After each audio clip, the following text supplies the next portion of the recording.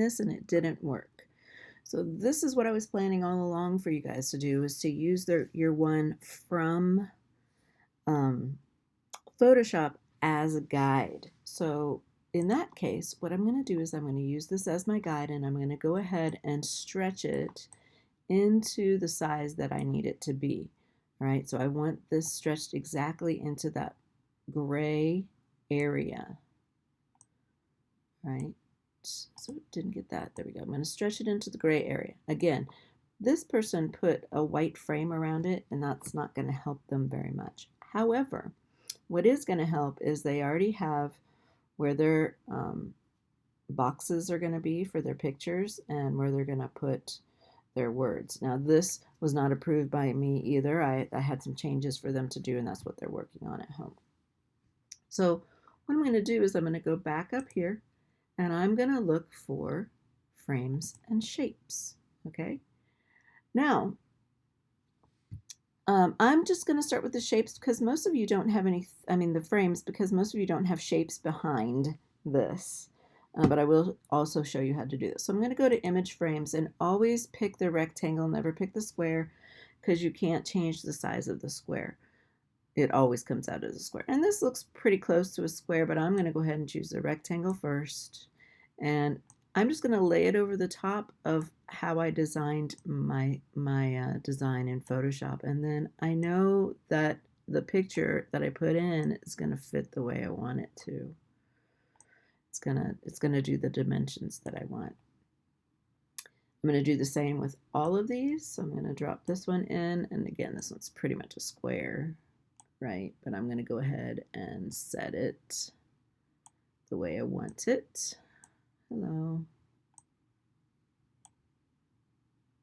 There we go.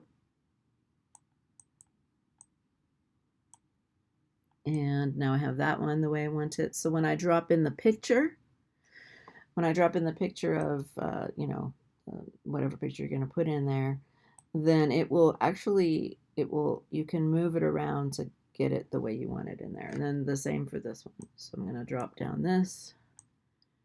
I'm going to put it on top. Now, I don't recommend putting frames around pictures, but I'm going to show you how I can do that too if that's what you want to do. All right. Then if I were this person and I wanted to do these shapes, I would go back to shapes and I would do the same thing. Okay. And I would make my shape where I want it. Okay. And I can rotate it. Hello, shape. Let's grab that shape. I can rotate it. It's not quite big enough yet. And I can go up here and change where I want it. Order. I can put it send backward. And now it's behind that other shape. I can also click this cog and change the color. Fill color, which was some light blue or something. Okay, and this person also made it a little see-through. So if you want to make it see-through, then you would change the transparency here. Okay, so you can build it in here. Also, if you wanted to put that frame around like this person wanted, you can click on here and do border and shape options.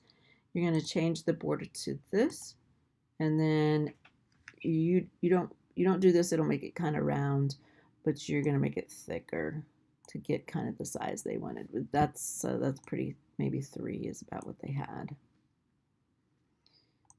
You can also just type the number here and it'll adjust. Okay. And then, and that's how you get the pictures in. You'll upload your actual pictures. So let me just go back and find a picture back to my images. I'm going to just find something.